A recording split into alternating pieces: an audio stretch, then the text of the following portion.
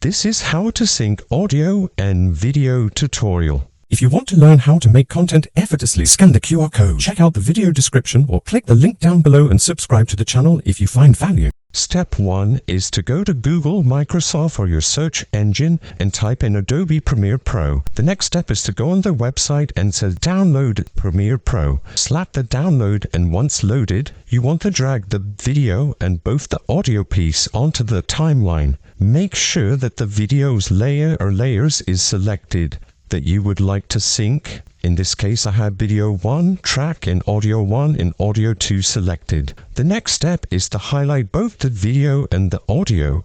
Right click and then click synchronize, and then make sure that the audio option is checked and the track channel is your choice, but in this case I'm going to choose the third option, which says mix down, and then click OK.